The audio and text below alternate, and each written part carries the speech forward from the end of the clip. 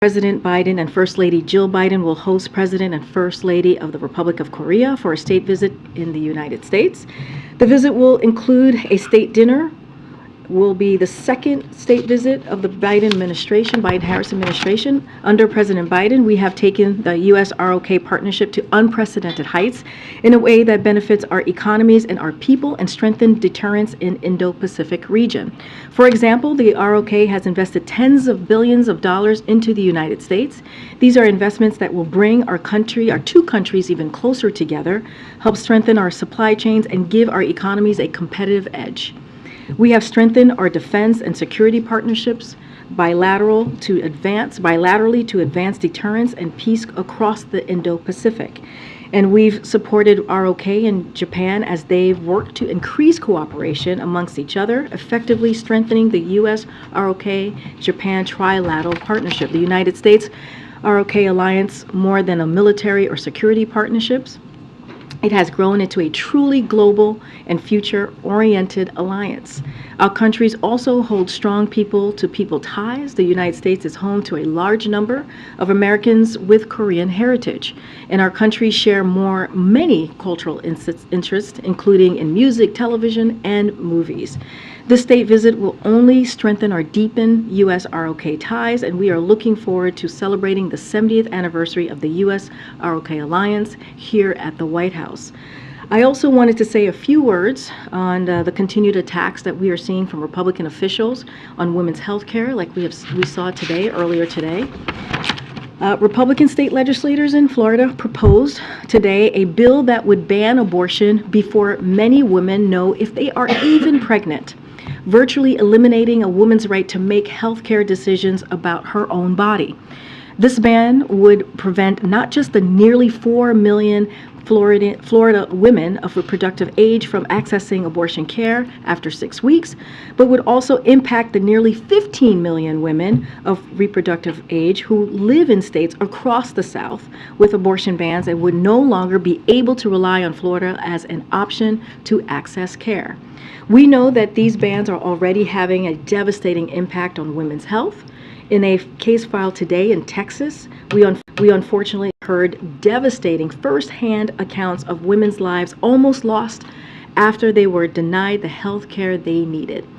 Horrifying details of needless pain, all because of extreme efforts by Republican officials to take away a woman's ability to make her own health care decisions. Politicians like Governor DeSantis and Abbott espouse, quote, freedom for all, unquote, while directly attacking the freedom to make one's own health care decisions. Their rhetoric doesn't come without consequences here. The stories told today in 2023 in the United States of America are shameful and completely unacceptable. Like the overwhelming majority of Americans, the president and the vice president believe women should be able to make health care decisions with their own doctors and families, free from political interference, period. They are committed to protecting access to reproductive care and continuing to call on Congress to restore the protections of Roe v. Wade in federal law. And finally, I want to say a few words today about the actual date of the 58th anniversary of Bloody Sunday, which is today. As you all know, the president traveled to Selma on Sunday to commemorate this important day so that history can't be erased. He talked about how the continued fight for voting rights is integral to delivering economic justice and civil rights for Black Americans across the country. And today I wanted to highlight some of the historic gains the president has made on racial equity. 2 years into this administration, the president has done the following: brought Black unemployment to near historic low, provided almost $6 billion to HBCUs, lowered prescription drugs and energy costs for seniors, nominated more Black women to federal courts than any president before him, cut Black child poverty in half, and this administration is replacing lead pipes and delivering clean water across America. There's more work to be done, and the president understands that we need to continue fighting to finish the job. With that, Karine, you want to kick us off? Sure, thank you. So the president said that his budget is going to extend Medicare solvency for, I think, 25 years. Can you walk us through the math a little bit on how that would work? So I'm not gonna dive into the math here. The president's going to lay out his budget, as you know, on Thursday, which will be very detailed and transparent, which is something that the president said he was going to do to make sure that the American people see for themselves how the president sees moving forward on the economy and doing it in a fiscally responsible way. As you know, you've heard me say many times, we welcome Republicans to do the same, House Republicans to put forth their budget, and also in a transparent way. So I'm not going to break it down into specifics here. Again, it'll be transparent, and you all will see it on Thursday. But I'll say more broadly, as it relates to Medicare and the announcement that we made today. As you know, Americans have been paying into this particular program since their first job. Some of them since they were teenagers. And elected officials, we believe, the president believes, has a duty to ensure this lifeline is available for generations to come. And so we're going to do this. We're going to make sure that rich pay their fair share, and by cutting big pharma subsidies to lower costs for seniors and ensure Medicare's durability aren't big ask. And we believe that this is an obligation. This is an obligation that elected officials have. And again, you'll see more of the president's budget on Thursday.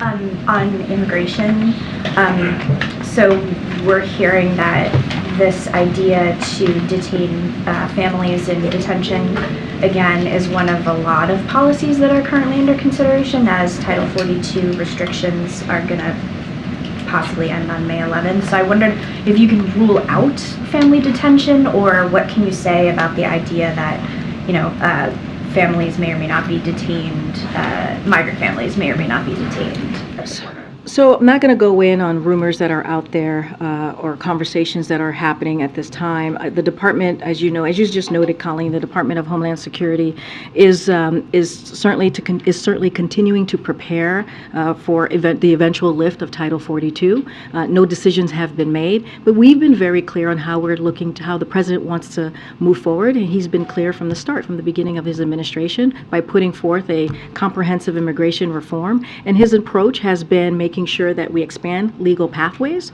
for asylum seekers, limiting illegal immigration, addressing root causes, and also increasing border security. That's how the president has seen the process moving forward. That has been his approach. And what he wants to do is build an immigration system that is secure, that is orderly, and that is humane. And that's how we're going to move forward as we look towards the Title 42 eventually lifting. As you know, it's going to be as soon as May 11th, and that's going to be the president's focus. Go ahead, Mary. I understand no decisions have been made, but the president, shortly after he came to office, put an end to this policy of detaining migrant families as a candidate. He said we should not be locking people up. You aren't ruling it out either. So why is this even being considered as a possible option now? I'm just not going to comment on rumors that are out there. I'm not saying it's being considered. I'm not saying but I'm not saying it is, and I'm not saying it is not. I'm saying that I'm not going to speak to rumors. There are rumors out there. Clearly, the Department of Homeland Security is working through ways on how to move forward once Title 42 is lifted. I'm just not going to get into speculations. I'm going to let them do their work. But I will say, and I just laid this out for Colleen, we have laid out over and over and over again, putting forth policies on how the president sees the process moving forward, right? He is going to use the tools that he has before him to make sure that we deal with an immigration system, or we build an immigration system that's, again, safe, orderly, and humane. And we've expanded legal pathways for immigration. We have tried to worked very hard to limit illegal immigration into this country by making sure that the border was secure. Again, this is something that Republicans could work with us on. He put forward an immigration policy, a comprehensive immigration policy on day one, but what we're seeing on the other side is political stunts. That's what they want to do. We're not looking to do political stunts. We're looking to deal with a real issue. You mentioned the president is looking for a way to tackle this issue that is safe, orderly, and humane. Is there ever an instance in which he thinks detaining migrant families can be safe, orderly, and humane? I'm just not going to get into, again, that's diving into speculation that's out there, rumored conversations. What I can lay out to you is his approach, and we've been very clear on our approach these past 2 years. Just one more. Is there a hope here that the threat of family detention may be a deterrent? Look, this is a rumored conversation that I'm just not going to weigh in, even by answering that question. I'm just not going to weigh in into rumors that are out there. Go ahead. So on the inflation question, Chair Powell has been testifying today, has sent some very, very strong signals to the market that rate increases could be coming. I realize you can't speak about the Fed, but what is your sense about the questions that they were getting about the role that corporate profits have played in fueling inflation, and whether that is an important factor to consider? And what would you say about just the January data, in terms of waiting to see perhaps if that data is confirmed? So I just want to be very careful. You stated it, but I have to state it from here that the Fed is independent and we do not comment on their policy, so I want to be very mindful. The President believes that it's important to give the Fed the space needed to make decisions on monetary policy, and so we're going to do that. As it relates to inflation, our economists have been very clear, as you're asking me about data, they view the recent inflation data, or recent inflation more specifically, and jobs data as well, as evidence that the President's economic plan is working. We're seeing inflation started to moderate. Inflation has come down than where it was almost a year ago. If you look at it more globally, and where we were a year ago, we have seen inflation moderate. And so and this is happening while the President has continued to grow the economy. You've heard us say this many times. We're an economy that grows from the bottom up, middle out. And so that's what we're focused on. We're focusing on what we can do as well to lower costs for American families. That's what you're going to see from the President's budget on March 9th. And that's what you're seeing from what we even announced today with Medicare. That is what's important to the President as well. As it relates to, Chair Powell being on the Hill doing the hearing, I'm just not going to comment on any specifics to that. So your FCC nominee apparently has withdrawn their nomination. Can you confirm that has happened, and what is your take on why? So just a couple of things we want to say on that. We appreciate Gigi Son's candidacy for this important role. She would have brought tremendous intellect and experience, which is why the President nominated her in the first place. We also appreciate her dedication to public service, her talent, and her years of work as one of the nation's leading public advocates on behalf of American consumers and competition. With thanks to Chair Cantwell and others for supporting the work of this nomination. With respect to future candidates, though, I know many people were going to start asking me about that. We don't have any updates to share at this time, but again, we appreciate her candidacy and for this important role. And then just one quick one on foreign policy. There's reports out today that intelligence believes that a Ukrainian organization was involved in the Nord Stream 2 sabotage.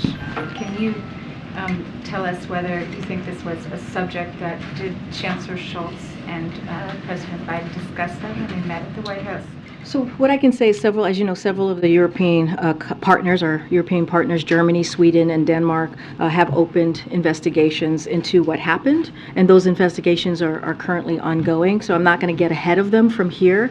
Would refer you to the respective European countries for comments on their own investigation.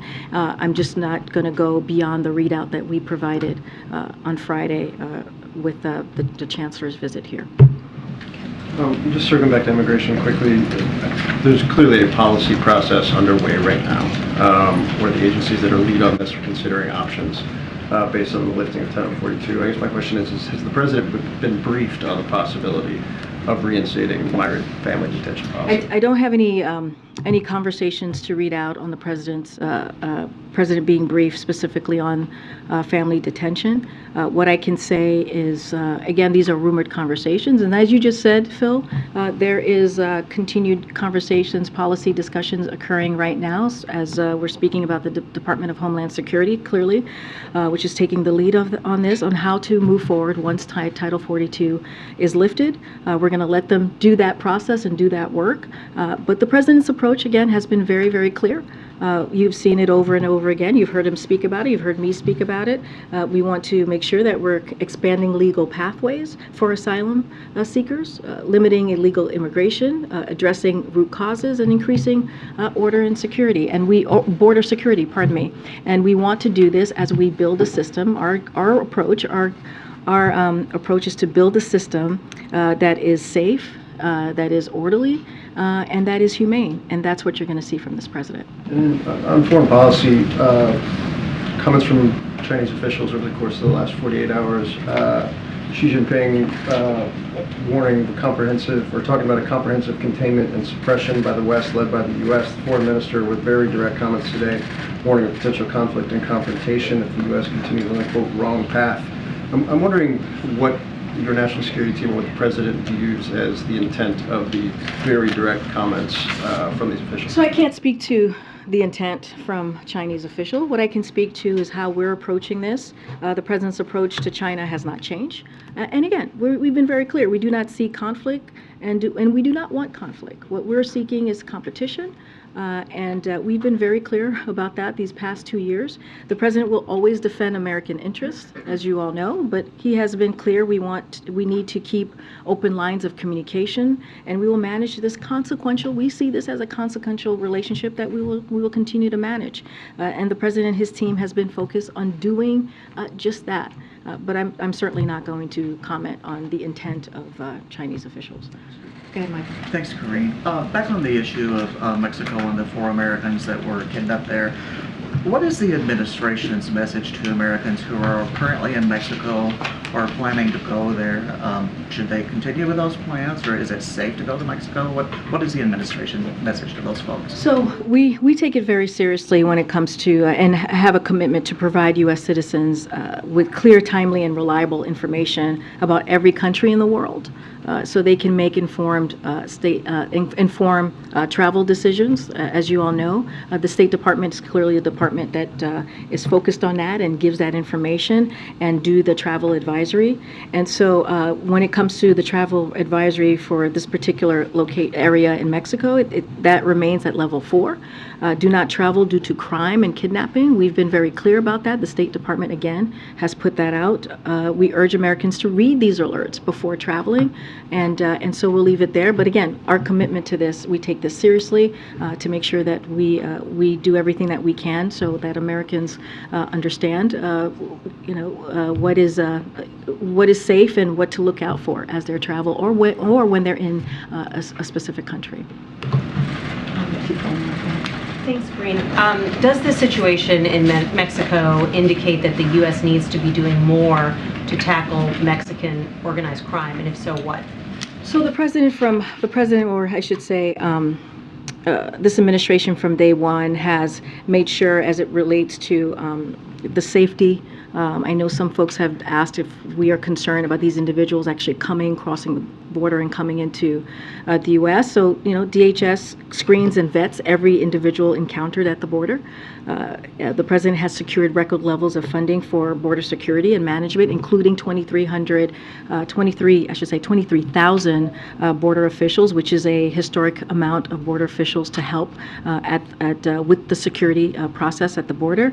And we have stepped up coordination with government of Mexico to ensure security along our shared border. As you know, the president was recently in Mexico City. He met with AMLO to talk. That was one of the conversations that were had. That was part of the agenda, and so we're going to continue to do those coordination, and we're going to continue to do everything that we can to secure the border. These individuals were reportedly going across the border to Mexico for medical care. There are a lot of Americans who cross the southern border for medical care or for prescription drugs. What is the advice to those individuals? Should they avoid doing that?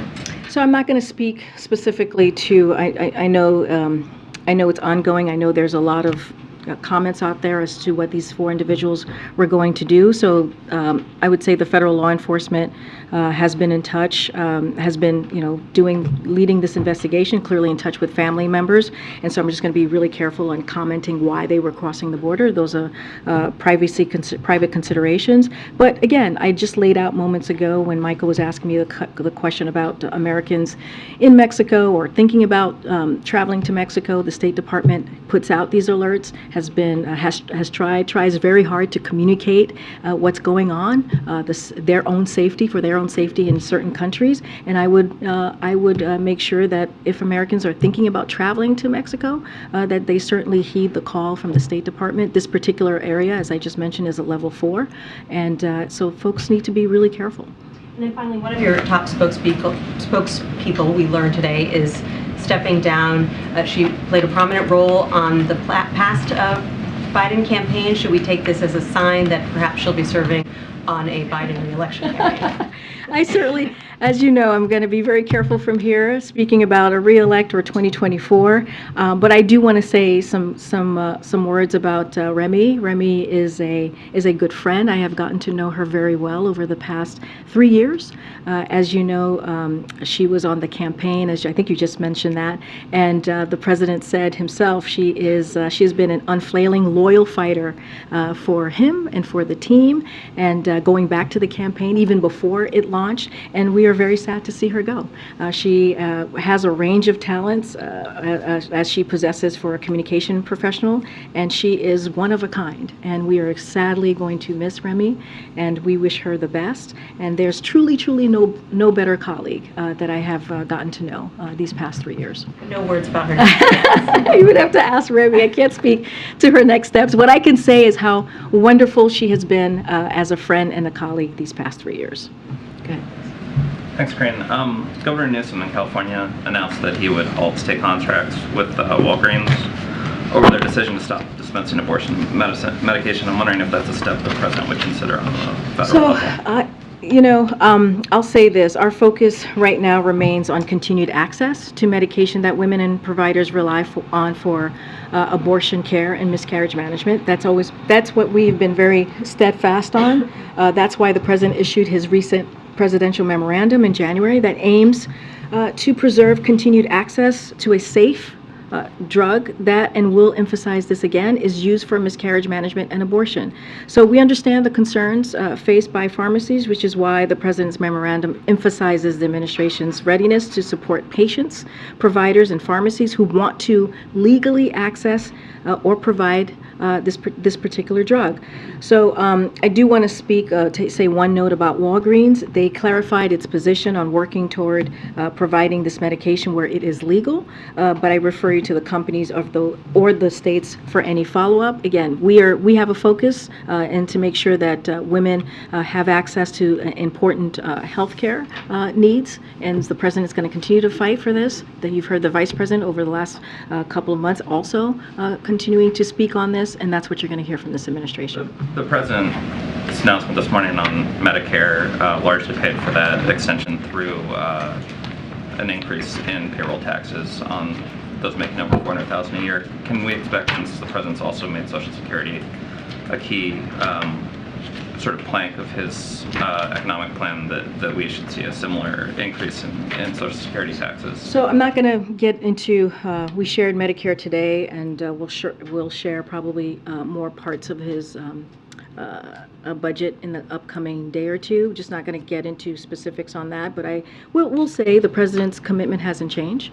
What we see right now is that the biggest threat to Social Security are Republicans, and you've heard them. You guys have covered them. What congressional Republicans have said, their relentless drive to cut these important programs for Americans, for our veterans, for our seniors, and so again, we look forward to seeing the Republicans share their plan with the American people, since they have promised that they're going to put a budget forward. But I'm just not going to get ahead of the president. I'll say this as well. The president is also open to proposals that extend Social Security trust fund without cutting Social Security benefits. That is something that we have spoken to and talked about. So he's open to those types of proposals. But again, his commitment to fighting for Social Security hasn't changed. Last one, Secretary Raimondo suggested that banning TikTok was a bad idea politically because you'd, quote, literally lose every voter under 35. The administration's review of TikTok's been going on for more than 2 years now, which I think many critics have said suggests some level of foot dragging. Are these two things related? Is the political concern what is preventing the administration from taking No, I mean, this is not about a political concern. This is about making sure that we do the right thing for the American people. But again, we're working with Congress to address concerns posed by apps like TikTok. I don't have anything else to share. I know there's legislation that's being thought about or going to be put forward, but we're going to continue to work Congress on that. I just don't have anything more to share. I was asked this question yesterday. We've been very clear on where we stand on this particular issue. Thanks. Thanks, Karine. On immigration, among the plans or the strategy for border security, how much does deterrence work in using deterrence policies work into the strategy for the administration? Can you say more? I mean, a lot of administrations in the past have used deterrence as part of their border security strategy. How much is deterrence and sending a message and in using policies that would deter migration going to be part of the administration's policy moving forward from Title 42, after Title 42? I mean, if you look at what the president has put forward in the past, the past several months, with since the beginning of this year, when he expanded the parolee program, right? That was a way to give an opportunity to folks who are seeking asylum to find a way to get to apply or to come to the U.S. in a legal way, right? When you think about what we were able to do, how we expanded that parolee program for Nicaragua and Cubans and Venezuelans and also Haitians, it was a way to provide an opportunity to do that, right? So then. No, but that was a deterrence for coming to the border and a way for them to stay at home and find a way and use the app to come into the U.S. And so that is a way, an incentive, an option, a path, if you will, for them to use to figure out how can they do this in a legal pathway. So those are humane ways of doing this. Those are ways of making sure that we're dealing with border security. As far as the word deterrence and policies specifically to that, like hard policies specifically to that. Look, the president has been very clear on his approach. He wants to make sure that we do this in an orderly way, a humane way, and do it in a way that still expands legal pathways, but also deals with illegal migration. Don't have anything more specifics on that, on the deterrence language that you're asking me about. But what we're going to do is put forth policies and use the tools to do just that, to build that system, that border system that was, by the way, decimated by the last administration. So in terms of that, of the system being decimated, now you've had 2 years to rebuild the system. You've been working on the eventual end of Title 42 since the beginning of the administration, working with groups on a plan.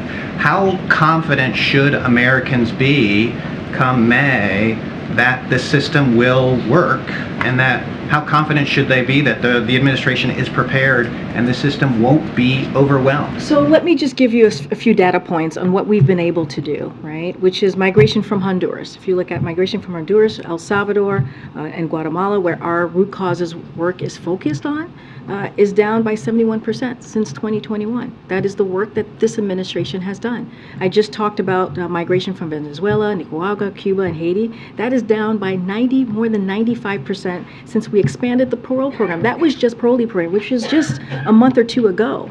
And that was, again, the president using the tools that he has in front of him to deal with a real issue. Again, Republicans are not doing anything. They're doing political stunts, and the president is actually taking action. Now, he put forth a piece of legislation on his first day in this administration, a comprehensive immigration policy legislation. We would love to move that forward. But until then, we have to use the tools that we have in front of us to get this done. Thank you. Just following up on China, is the president concerned that a Cold War with China is veering into a hot war? So the president actually was asked this recently, and I'll let his words stand. I think he was asked this about a week or two ago, so won't get ahead of the president or won't say more than what the president has stated. Look, we have been very clear on our approach. It's not change. We want an approach of competition, not conflict. And we believe we are more prepared to outcompete China and protect our national security. And that is because of the work that this president has done from day one of this administration. And if you look at many of our efforts towards China, it's been pursued in a bipartisan fashion. But I'm not going to, the president was literally asked this very similar question, so I'll refer you to his comments. But again, our approach to China has not changed. Okay, Peter. Thanks, Karine.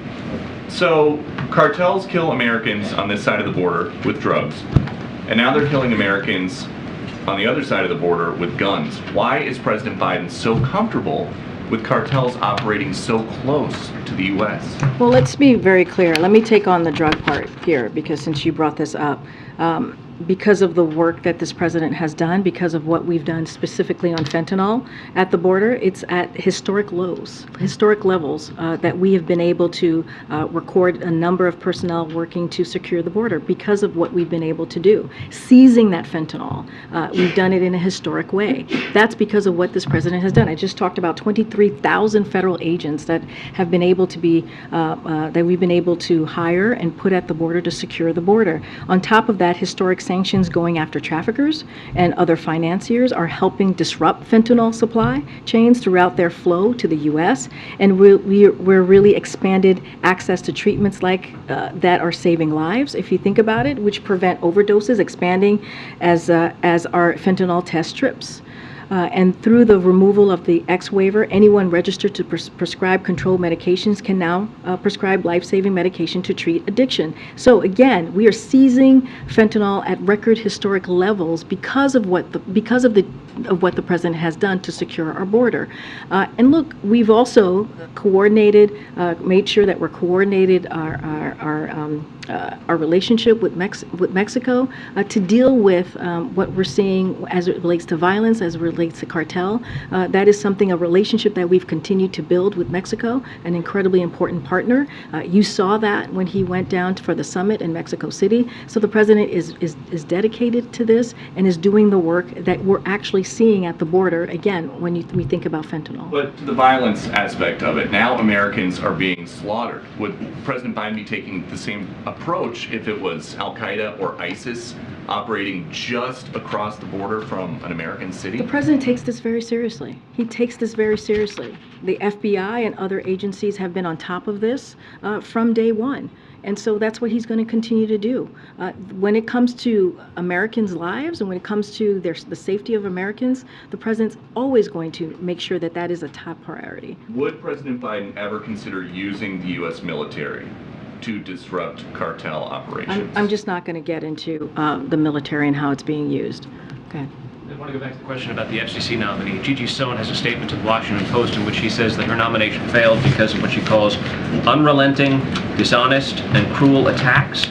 She calls it a sad day for our country, when in our democracy, when dominant industries with assistance from unlimited dark money get to choose their regulators. Is that what's happened here? Is that why the nomination failed? What I can speak to is her candidacy and how important it was for this critical role that she was nominated for. The president clearly nominated her because, and I said this, she has tremendous intellect and experience, and we thought, and we, believed that she would be a great candidate and would have been an excellent political official in this role. And so it is clearly unfortunate. We are sad to see this happen. But again, we are very thankful to her dedication to public service, her talent, and not just for this past year as she was going through the process, but also the last several years as a national public advocate on behalf of American consumers. Let me ask you one more question. Since the president announced his plans for the Medicare surtax today, that number of $400,000, in the past, it's referred to individuals. Is that the going forward plan, or is it married couples file jointly? Nothing has changed from where we have been in the past. Just another follow-up on immigration, not asking about the detaining migrant families at all or any rumors around that, but just given what we've seen from the White House in recent months, including the new asylum rule, is this basically an acknowledgement that without legislation from Congress, the policies that the president previously opposed, he now thinks are necessary in conjunction with some of those legal pathways that you mentioned? So let me there's a couple of things that I want to say about that. A lot of people have compared what the president is doing as either extending what Trump did or being very Trump-like, and I just want to make sure that that is not what is happening here. What we saw in this last administration, the administration before us, was a gutting of the immigration system. That is what they led with, and that's what they did. And a couple of things that we had to fix in this administration these last 2 years. Trump tried to deport dreamers We went to court to protect them. Trump ripped babies from their mother's arms. We're reuniting those children with their families, with 600 families reunited thus far. Trump funneled billions of dollars from military to build a useless wall. And what we did is we stopped that wall construction and returned the money to support military schools and also equipment. Trump banned asylum, forcing more people to try to enter unlawfully. We've expanded legal pathways for immigration, and unlawful migration is down. I just gave 2 pieces of data to show that. Trump tore down America's refugee system, and what we are doing, we're rebuilding it and have a set of goal of resettling up to 125,000 refugees this year alone. Trump cut off critical assistance to stabilize the Western Hemisphere. And we restarted that assistance to help address the root causes like economic collapse that are driving people to flee. Migration, again, and I mentioned this stat already, migration from countries where we're seeing root causes, where there are root causes work, is focused down by 71% since last year. So that is what we have been able to do in this past 2 years, and how we have been able to try to fix something that the last administration has decimated. Given the pieces that are still in use or have been revived, is that sort of an acknowledgement that they are now necessary or deemed necessary? No, absolutely not. No, absolutely not. From day one, the president has put forth a bill that would expand legal pathways for immigration, increase border security, making sure that we limit illegal immigration. The president is using the tools that are before him to try to deal with an issue that we're seeing here. We have said over and over again, if Republicans in Congress would come and work with us to deal with this issue, we can get it done. We can get it fixed instead of the political stunts that they're doing. Okay, go ahead, Nadia. Thank you, Karine. 2 questions on foreign policy. In addition to poisoning school girls in Iran, now it's been reported that the secretive detention site. The Senate Foreign Relations Committee has asked for investigation by the UN and accountability. What does accountability look like from the White House? Let me just first say we've seen these disturbing reports, deeply disturbing reports, that we've seen from one of your colleagues here's network. And so what we want to say from here is that we welcome the call from our Senate colleagues for the UN's independent international fact-finding mission on Iran to investigate. Unfortunately, the Iranian regime has a long history of engaging in such practices to stifle dissent and exert control. The cruel, violent suppression of peaceful protest and abuse of protesters that CNN reported shows that Iran's leadership fears its own people. The eyes of the world are on Iran. The human rights abuses inflicted by its government must not go without consequences. The hundreds of protesters already killed at the hands of Iranian state authorities deserve, and their families should see this as well, is justice. The torture and mistreatment of political prisoners must cease. The United States is standing with our partners and allies around the world, and will continue to pursue accountability for anyone involved in these abuses. And second, you released a readout of the president's call with the Sultan of Oman. In the last paragraph, he said that he welcomed the historical role, inverted commas, of Omanis in securing the release of American hostages in Iran. Does he refer to the previous mediation, or are we talking about fresh push to release the current hostages now? I don't have anything to share about that. Anytime, as you know, anytime there are American hostages held, we're always very careful on speaking to the process. We want to be mindful for security reasons, so I'm not going to go beyond what the president laid out and what we laid out in the readout on this call today. Thank you, Karine. Does the administration feel the Mexican government is doing enough to combat violence in its own country, as well as Americans who are visiting? What I can say is that we are working closely with the Mexican government. As you've seen, we've announced coordination that we have with the Mexican government as it relates to the violence and cartel. We've announced that already. You've seen the president, both presidents, President AMLO and President Biden, speak to this very recently in Mexico City. Don't have anything else to share, and so I'll just leave it there.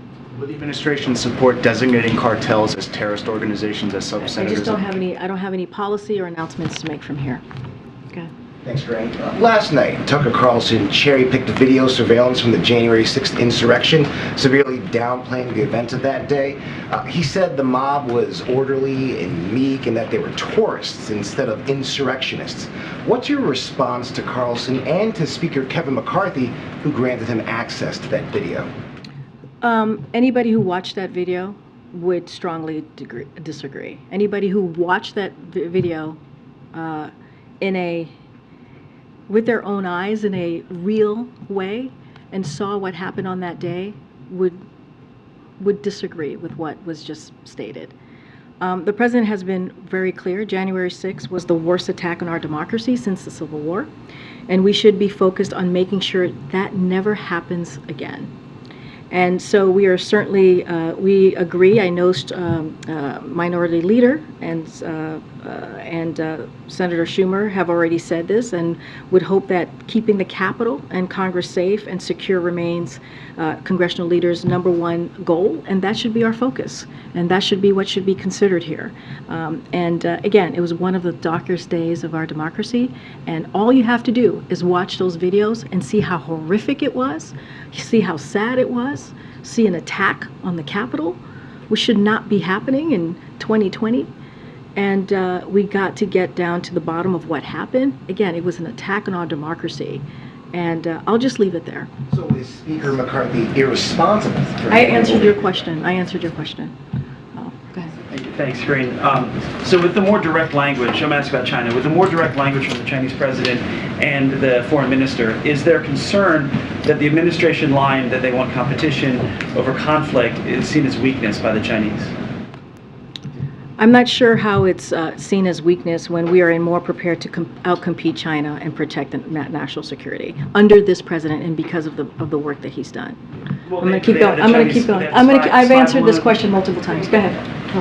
Thank you. Okay. Go ahead. Thanks, Karine. On the White House considering reinstating the family detention, advocates are already calling it shameful. Democrats on the Hill called it unacceptable, and a number of Democrats and immigrant advocates are calling for the White House to publicly deny those reports. What's your response to that? My response is these are rumored conversations that I'm just not going to speak to. We've laid out very clearly over the past several months, over the last 2 years, how our approach to dealing with immigration. Again, we've been very clear. We're expanding legal pathways for asylum seekers, limiting illegal migration, addressing root causes, and increasing border security. That's our approach, and we want to make sure that we are building a immigration system that is orderly, that is safe, and humane. That is what the president has been doing, and that's what he's going to continue to do. I'm certainly not going to, again, weigh in on any rumored conversations from here. I'll be back tomorrow, guys. I'll see you tomorrow. Thank you.